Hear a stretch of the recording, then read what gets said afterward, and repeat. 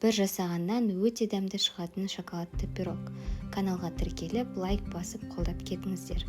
Сіздермен түрлі рецепттермен бөлісетін боламын. Бірінші сүтімізді ысытып, дайындап алып, үстіне қантымызды, какаомызды салып араластырамыз.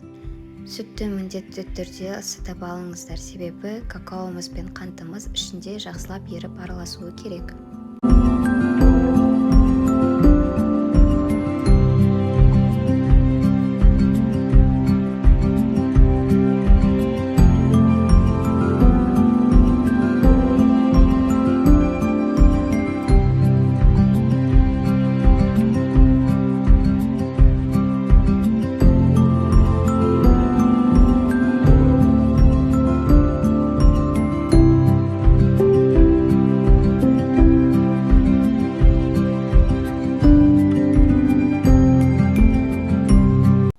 Жұмыртқамыз бен қантымызды ыдысымызға салып, миксермен жақсылап араластырамыз.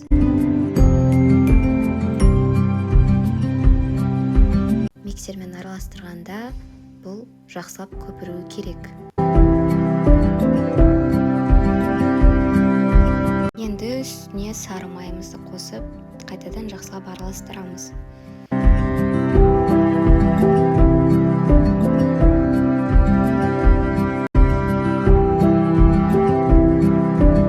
Араластырып болғаннан кейін бағанағы дайындаған какао қосылған сүтімізді қосып араластырамыз.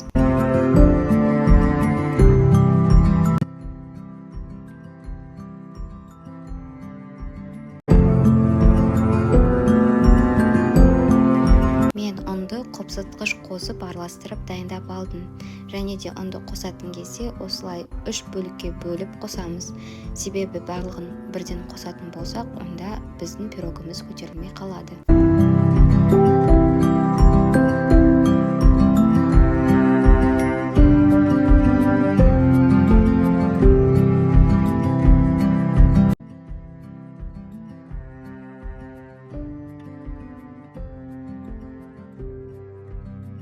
Міне осындай массамыз дайын болған кезде пісіретін табамызға саламыз. Пирогымызды 180 градуста қызып тұрған пеште 30-40 минутқа қойып пісіреміз. Бірақ әркімде әртүрлі пеш болғандықтан бақылап тұрыңыздар. Ішіне әр жеріне зубочистка тығып көріңіздер. Егер еш нәрсе жабыспай құрғақ болып шығатын болса, онда сіздердің пирогтарыңыз пісті деген сөз. Бұл жерде көрсетіп тұрғаным мен бөлме температурасында суытпағандықтан көтеріліп піскен пирогым басылып қалды. Сол себепті менің қателігімді қайталамаңыздар. Бөлме температурасында суытып алыңыздар. Суып болғаннан кейін үстіне осылай шоколадты глазурімізді жағып, қалағанымызша түрін әсемдейміз.